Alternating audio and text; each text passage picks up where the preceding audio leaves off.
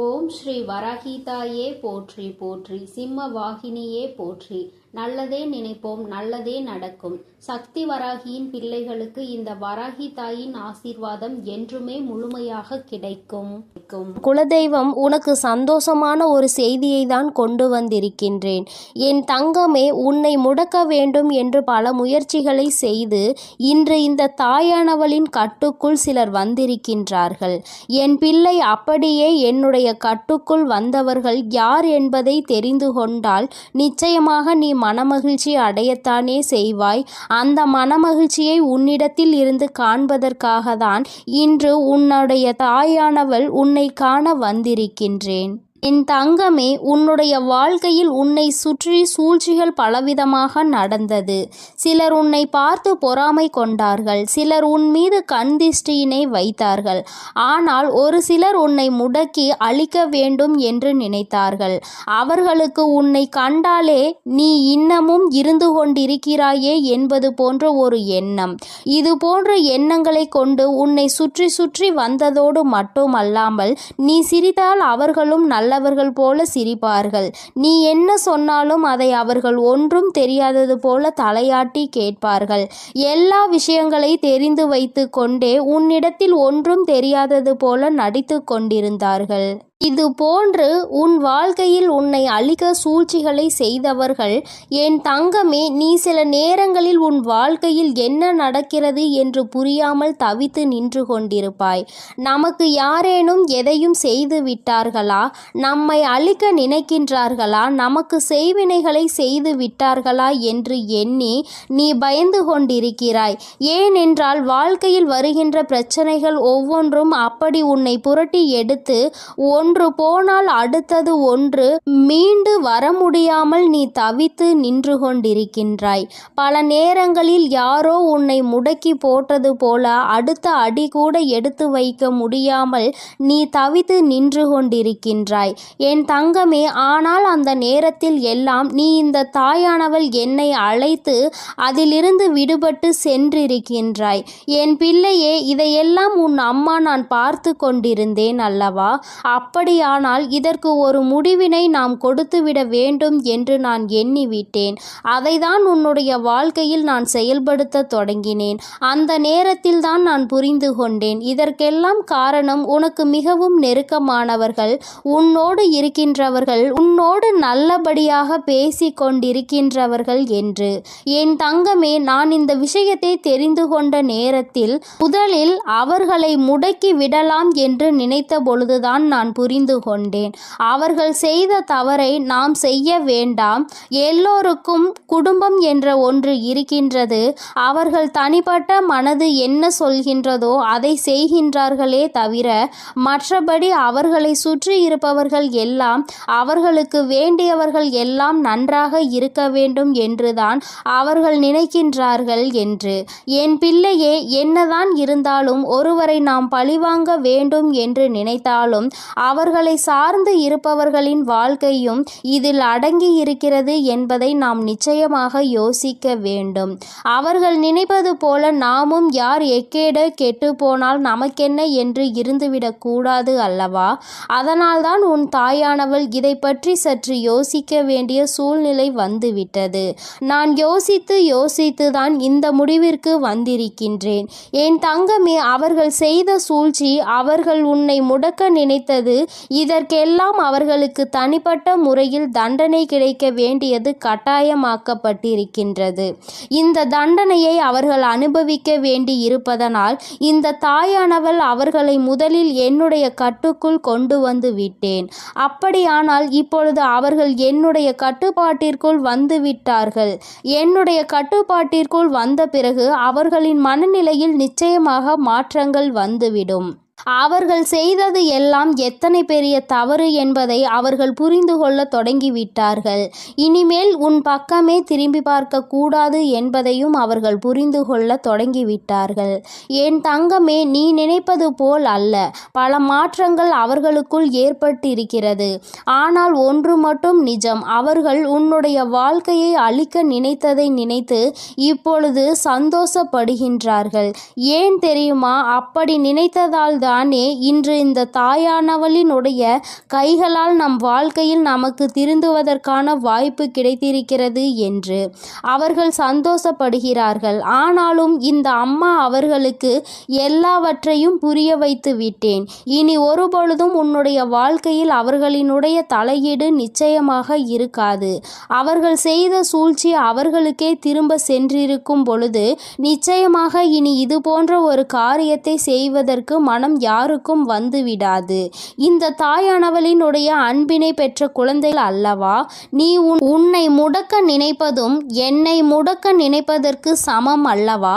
அப்படி செய்ய வேண்டும் என்று நினைத்துவிட்டு அவர்கள் எப்படி அமைதியாக இருக்க முடியும்? அவர்களுக்கான பிரச்சனைகளை அவர்கள் அனுபவிக்க வேண்டிய கட்டாயம் அல்லவா?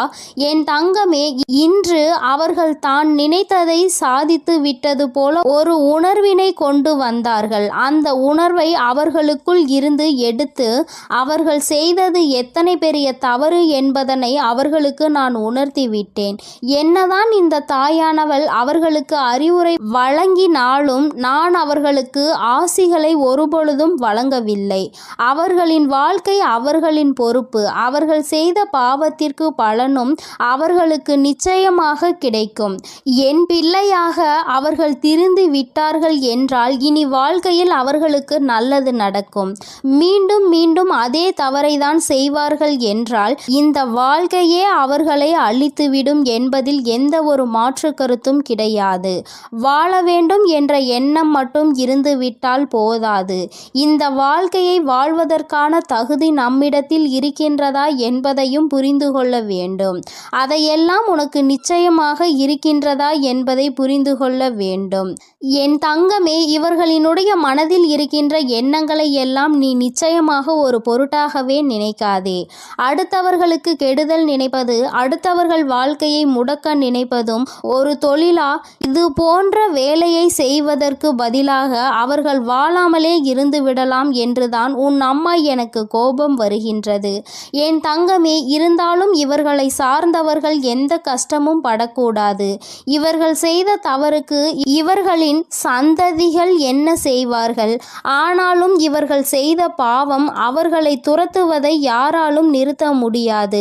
அந்த பாவத்தை நாம் தூக்கி சுமக்க வேண்டாம் என்றுதான் அம்மா சொல்கின்றேன். என் தங்கமே, நீயும் அவர்களுக்கு ஒரு விஷயத்தை செய்யும் பொழுது அது அவர்கள் குடும்பத்தை பாதிக்கிறது என்றால் அந்த பாவம் உன்னை வந்து சேர்ந்துவிடும் அல்லவா? என் தங்கமே, அவர்கள் மிகவும் நல்லவர்களாக இருக்கலாம் அல்லவா? அதனால் என் பிள்ளையே, நீ யாரையும் வஞ்சிக்காதே. யார் மனதையும் நோகடிக்கும்படி நீ பேசிவிடாதே. அவரவர்கள் செய்வதற்கான பலன்களை அவரவர்கள் அனுபவிப்பார்கள். அவரவர்கள் வாழ்க்கையில் என்ன நடக்கின்றதோ அதற்கு அவர்களே பொறுப்பெடுத்துக் கொள்வார்கள். உன் வாழ்க்கையில் உனக்கு அவர்கள் செய்ததற்கான பொறுப்பினை நான் எடுத்துக் கொள்கின்றேன். என் தங்கமே, அவர்களை திருத்தி நல்வழிப்படுத்த வேண்டியது என்னுடைய பொறுப்பு. என்னுடைய கட்டுக்குள் இன்று வந்து நின்று கண்ணீர் சிந்தி கொண்டிருக்கின்றார்கள். அவர்கள் செய்த தவறை எண்ணி என்னிடத்தில் வருந்தி கொண்டிருக்கின்றார்கள். அம்மா, அவர்களை காப்பது நீ என்று தெரிந்திருந்தால் நான் நிச்சயமாக இது போன்ற தவறுகளை எல்லாம் செய்திருக்க மாட்டேன். தெய்வம் அவர்களுக்கு துணை நிற்கும் என்பதை அந்த நேரத்தில் நான் அறியவில்லை.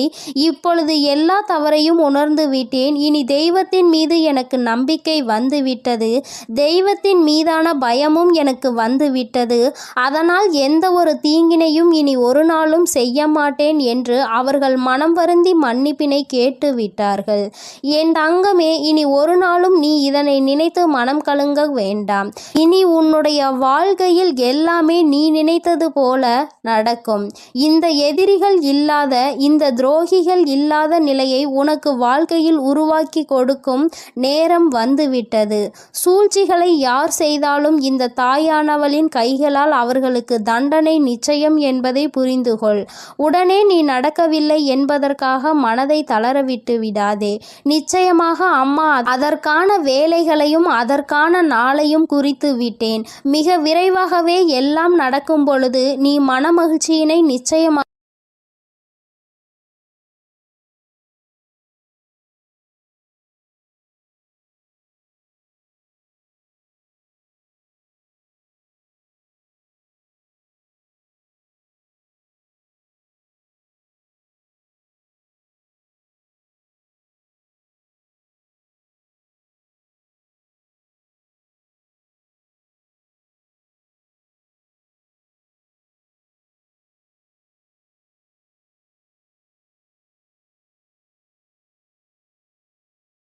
நான் சென்று கொண்டிருக்கிறேன் என்பதையும் நீ மறந்து விடாதே.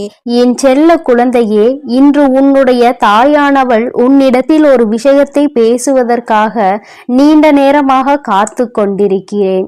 என் தங்கமே, உன்னுடைய வாழ்க்கையை அழிக்க நினைத்த துரோகிகளினுடைய நிலைமை இப்பொழுது என்னவாக இருக்கிறது என்பதை தெரிந்து கொள்ள வேண்டிய கட்டாயம் உனக்கு வந்திருக்கிறது.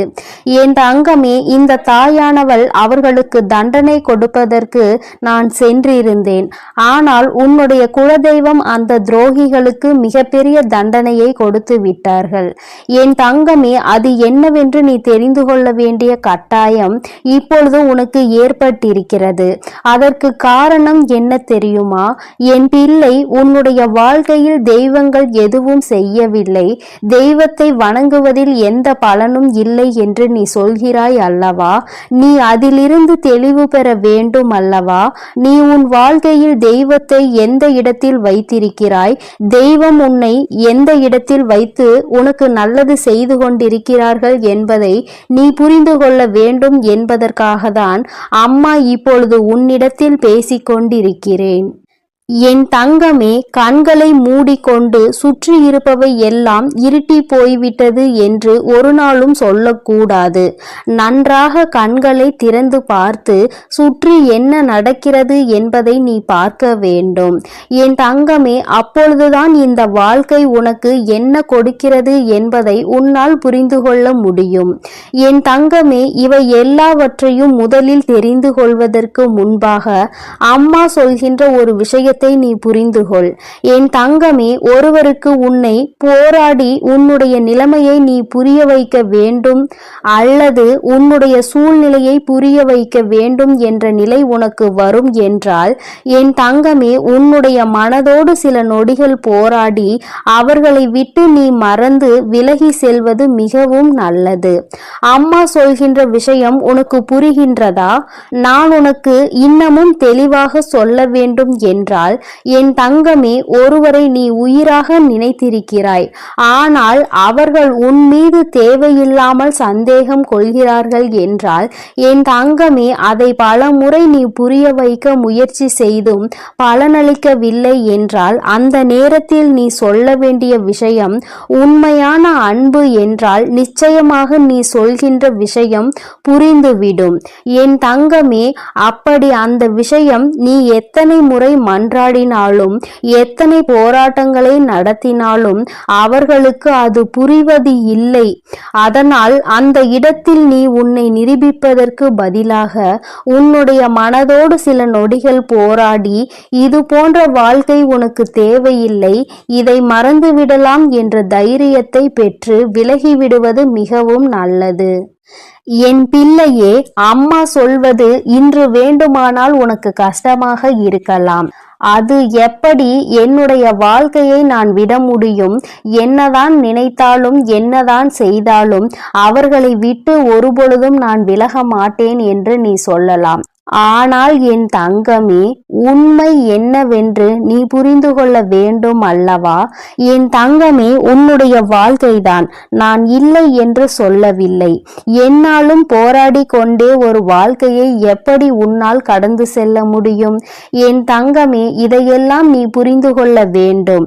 இந்த வாழ்க்கையில் இதையெல்லாம் நீ கட்டாயமாக தெரிந்து கொள்ள வேண்டும். எல்லாவற்றையும் கடந்து நீ வாழ வேண்டும். ஓரிடத்திலேயே முடங்கி கிடக்க கூடாது.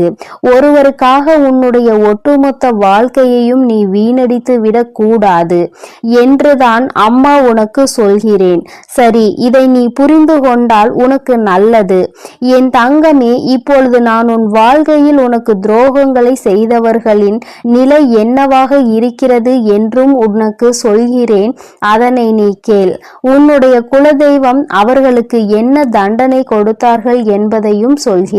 என் தங்கமே, உனக்கு காயங்களை கொடுத்தவர்கள் உனக்கு மிகவும் நெருக்கமானவர்கள், உன்னுடைய குடும்பத்தில் ஒருவர். என் தங்கமே, உன்னுடைய குலதெய்வம் முன் வந்து அவர்களுக்கு தண்டனை கொடுத்ததற்கு காரணம் அவர்களும் அவரினுடைய குலப்பிள்ளை அல்லவா? தன்னுடைய பிள்ளைகள் நல்லது செய்தால் சந்தோஷப்படுபவர்கள் தன்னுடைய பிள்ளை தவறு செய்தாலும் அதனை நிச்சயமாக தட்டி கேட்டு விடுவார்கள் என்பதில் எந்த ஒரு மாற்றமும் கிடையாது. என் தங்கமே, இப்பொழுது உன் வாழ்க்கையில் அதுதான் நடந்திருக்கிறது. உன்னுடைய குலதெய்வம் அவர்களுக்கு கொடுத்திருக்கிற தண்டனை எதிரிக்கு கூட வரக்கூடாது என்று நான் சொல்லி முடித்ததும் நீ நிச்சயமாக நினைப்பாய். ஏனென்றால் அவர்களுக்கு கொடுத்த தண்டனை அப்பேற்பட்ட தண்டனை. என் தங்கமே, குலத்தில் இருந்து கொண்டு எல்லோருமே ஒரே உறவாக இருந்து கொண்டு தன்னுடைய குலத்தில் இருக்கின்ற மற்றவர்களுக்கு காயத்தை கொடுப்பது நியாயமற்றது. இதையெல்லாம் கேட்பதற்கு யாரும் இல்லை என்று அவர்கள் நினைத்து விட்டார்களா? இந்த குலதெய்வம் எதற்காக இருக்கின்றார்கள் என்பதை புரிந்து கொள்ளாமல் அவர்களினுடைய ஆட்டம் அதிகமாகி விட்டது. இந்த ஆட்டத்தை நான் இப்பொழுது நிறுத்தவில்லை என்றால் இனி அவர்களை யாராலும் கட்டுப்படுத்த முடியாது. இதற்கு இவர்களுக்கு நான் கொடுக்கக்கூடிய தண்டனை அவர்கள் காலத்திற்கும் மறக்க முடியாத தண்டனையாக இருக்க வேண்டும். அதற்காக அவர்கள் செய்த விஷயம் என்ன தெரியுமா? அங்கே அவர்கள் உன்னுடைய துரோகியாக இருப்பவர்களுக்கு கொடுத்த தண்டனை அவர்கள் எப்பொழுது வேண்டுமானாலும் குலதெய்வத்தின் சன்னதிக்கு வரலாம், குலதெய்வத்தை வணங்கலாம், குலதெய்வத்திடம் என்ன வேண்டுமானாலும் கேட்கலாம். உன்னுடைய குலதெய்வம் ஒருபொழுதும் அவர்களினுடைய வேண்டுதல்களை செவி கொடுத்து கேட்க மாட்டார்கள். இவர்கள் என்ன சொல்ல வருகிறார்கள் என்பதை கூட திரும்பி பார்க்க மாட்டார்கள். அவர்களின் கண்ணீரை துடைக்க ஒரு நாளும் வரமாட்டார்கள். இப்படி ஒரு பிள்ளை தனக்கு இருந்ததையே அவர்கள் மறந்து விட்டார்கள். அவர்கள் முன்னால் வந்து நின்றால் கூட அவர்களால் குலதெய்வத்தால் அவர்களை உணர முடியாது. அந்த அளவிற்கு அவர்களுக்கு தண்டனையை அவர்கள் கொடுத்து விட்டார்கள். குலதெய்வம் கொடுத்த தண்டனை தன்னுடைய குலப்பிள்ளை என்ற அந்தஸ்தை தன்னிடம் இருந்து அவர்கள் பறித்து விட்டார்கள். நீ இனிமேல் என்னுடைய குழந்தை இல்லை, நான் உன்னுடைய குலதெய்வம் இல்லை என்று சொல்லி அவர்களுக்கு மிகப்பெரிய தண்டனையை கொடுத்து விட்டார்கள். என் தங்கமே, இப்பொழுது நீ நினைக்கலாம், அம்மா இவர்களுக்கு இந்த தண்டனையை குலதெய்வம் கொடுக்கிறார் என்பதை இவர்கள் எப்படி புரிந்து கொள்வார்கள், இதனை எப்படி அவர்கள் உணர்ந்து கொள்வார்கள் என்று நீ நினைக்கிறாய் அல்லவா? நிச்சயமாக ஒரு நாள் அவர்கள் புரிந்து கொள்வார்கள். எப்பொழுது தெரியுமா? வாழ்க்கையில் அதிக அடிபட்டு வாழ்க்கையில் மிகுந்த வேதனைப்பட்டு இனிமேல் எதுவுமே இல்லை என்கின்ற நிலை வந்துவிட்ட பிறகு அவர்கள் இதனை புரிந்து கொள்வார்கள். அப்பொழுது அவர்கள் தன்னுடைய ஜாதகத்தை எடுத்து கொண்டு போய் ஜோசியரிடம் சென்று பார்ப்பார்கள். அன்று அங்கு கிடைக்க போகின்ற பதில் என்ன தெரியுமா? உன்னுடைய வாழ்க்கையில் உன்னுடைய குலதெய்வம் உன்னை காக்க நிற்கவில்லை.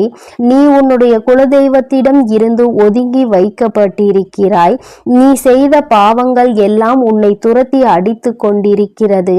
அதனால் உன் குலதெய்வம் உனக்கு கொடுத்த தண்டனையில் இருந்து உன்னால் ஒருபொழுதும் தப்ப முடியாது. ஒருவேளை நீ மனம் திருந்தி விட்டாயானால் இனிமேல் யாருக்கும் எந்த தவறுகளும் செய்ய மாட்டாய் என்றால் உன்னை மன்னிக்க வேண்டியது உன்னுடைய குலதெய்வம்தான். ஏனென்றால் இன்று உன்னுடைய இந்த நிலைக்கு அவர்கள் உன்னை ஒதுக்கி வைத்ததுதான், அவர்கள் உன்னை கண்ணெடுத்து பாராமல் இருப்பதுதான் காரணம். அதனால் அவர்களின் காலடிதான் உனக்கு நிரந்தரமான தீர்வு என்பதை அவர்கள் புரிய வைப்பார்கள். என் தங்கமே, இது போன்ற சூழ்நிலையை அவர்கள் வாழ்க்கையில் நான் உருவாக்கி கொடுத்து விடுவேன்.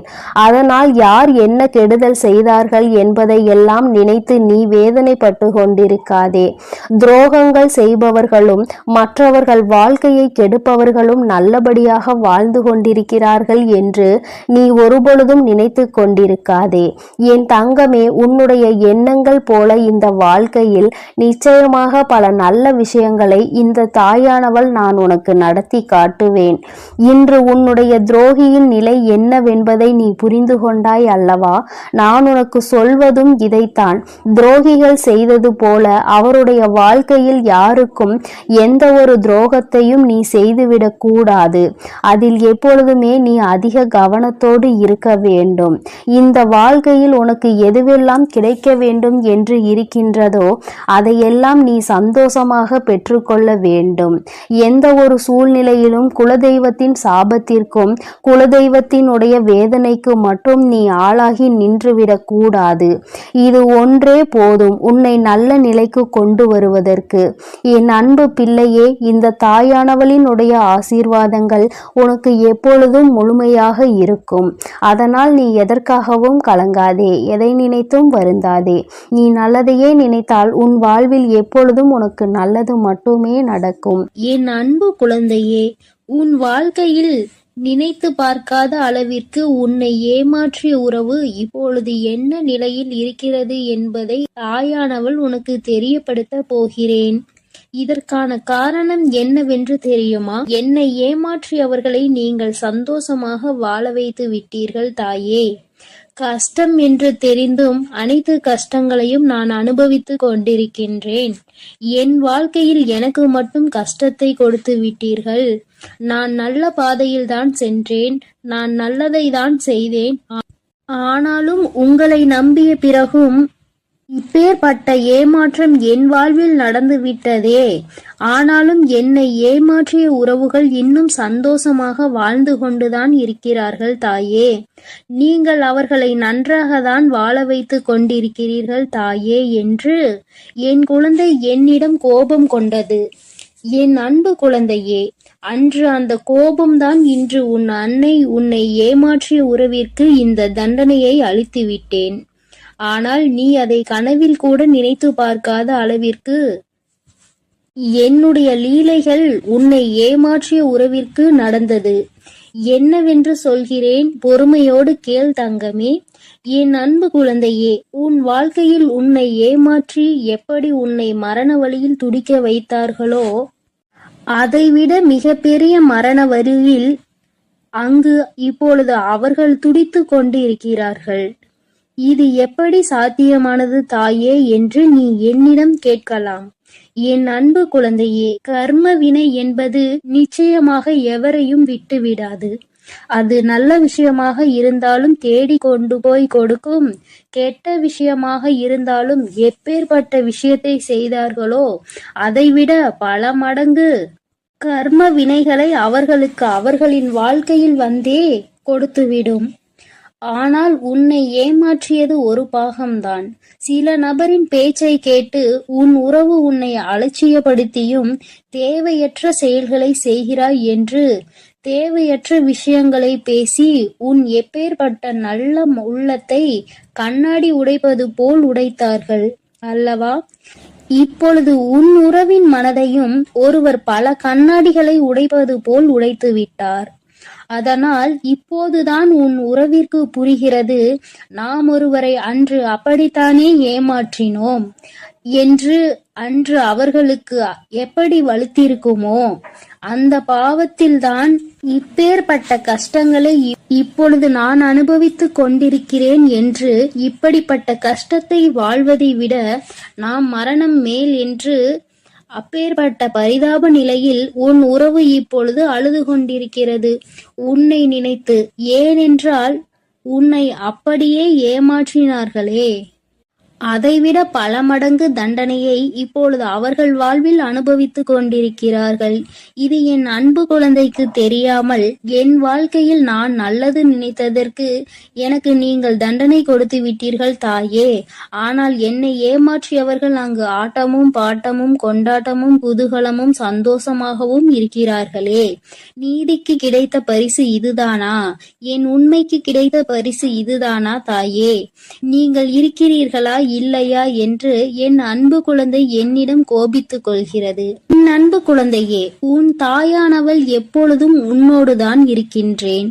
இத்தனை காலமும் உன்னை பொறுமையாக இரு என்று சொல்லியதன் காரணம், உன்னை ஏமாற்றியவர்களுக்கு கால அவகாசம் கொடுத்திருந்தேன், அவர்களை திருத்திக் கொள்வதற்காக. ஆனால் அவர்களோ தவறை திருத்திக் கொள்ளாமல் திருப்பி தவறு செய்து கொண்டே இருக்கிறார்கள். எவருடைய பேச்சுக்களையும் மதிப்பதில்லை.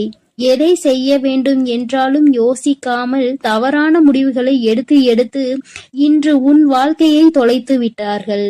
தாம் அனுபவித்த தண்டனைகளுக்கு இப்பொழுது மனம் திருந்தி இருக்கிறார். அந்த மனம் திருந்தும் தருணத்தில் இவர்களிடம் நாம் பேசலாமா, பேசக்கூடாதா?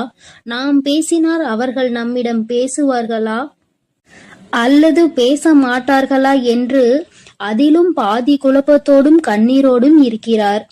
உன்னை ஏமாற்றிய உறவுகள், ஆனால் என் அன்பு குழந்தையே, உன்னை ஏமாற்றிய உறவுகள் இப்பொழுது மனம் திரும்பி வாழ்க்கையில் எது உண்மையான உறவு, எது பொய்யான உறவு என்று சிந்தித்துக் கொண்டிருக்கிறார்கள். ஆனால் அவர் அடுத்து பேசக்கூட நேரிடும். உன்னோடு சேர்ந்து வாழ வேண்டும் என்று சொல்வதற்கு கூட அதிக வாய்ப்புகள் உண்டு.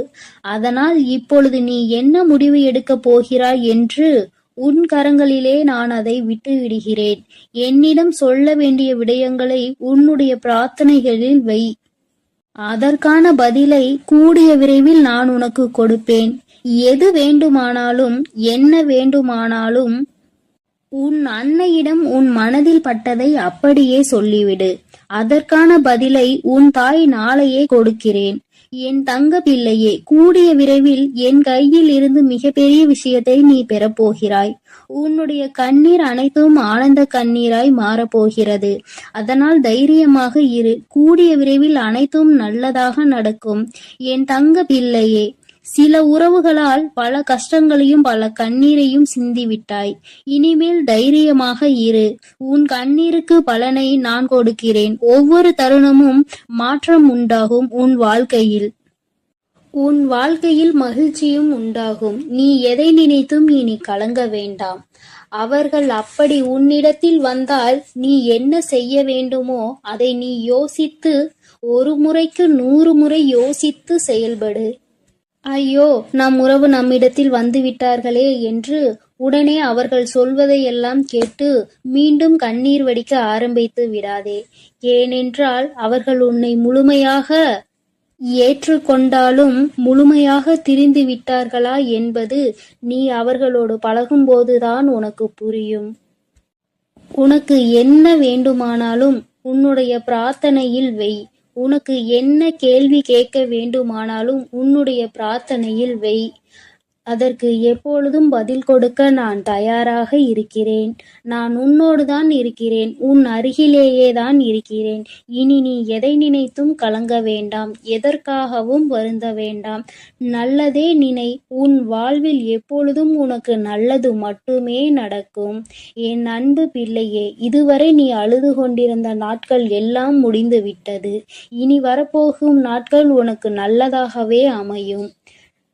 ஓம் சக்தி, ஓம் ஆதிபரா சக்தி, ஓம் சக்தி, ஓம் ஆதிபரா சக்தி, ஓம் சக்தி, ஓம் ஆதிபரா சக்தி, ஓம் சக்தி, ஓம் ஆதிபரா சக்தி. ஓம் ஸ்ரீ வராஹிதாயே போற்றி போற்றி. ஓம் ஸ்ரீ வராஹிதாயே போற்றி போற்றி. பஞ்சமியின் நாயகியே போற்றி போற்றி. சிம்ம வாகினியே போற்றி போற்றி. என் அன்பு பிள்ளையே, உன்னுடைய தாயானவள் எப்பொழுதும் உன்னுடனே இருந்து உனக்கான அனைத்தையும் நான் சரி செய்து கொடுப்பேன் என்ற நம்பிக்கையோடு நீ இருந்தால் போதும். உனக்கு கஷ்டம் வரும் நேரங்களிலெல்லாம் என்னுடைய நாமத்தை நீ உரக்கச் சொல்லிக்கொண்டே இரு. இந்த தாயை மீறிய சக்தி உன்னுடைய வாழ்க்கையில் எதுவும் கிடையாது. என்னுடைய நாமத்தை நீ சொல்லிக்கொண்டே இருப்பாயானால் உன்னை நெருங்குகின்ற ஆபத்து வந்த வழி தெரியாமல் பறந்து போகும் என்பதை நீ நினைவில் வைத்துக்கொள். என் தங்கமே, உன்னுடைய தாயானவள் எப்பொழுதும் உன்னோடுதான் இருக்கிறேன். அதனால் நீ எதற்காகவும் கலங்க வேண்டாம். எதை நினைத்தும் பயப்பட வேண்டாம். நான் உன்னோடு இருக்கிறேன் என்பதை நினைவில் வைத்துக்கொண்டு நீ உன்னுடைய நாட்களை கடந்து வா. என் அன்பு பிள்ளைகளுக்கு இந்த வராகி அம்மாவின் ஆசீர்வாதமும் அருளும் முழுமையாக கிடைக்கட்டும்.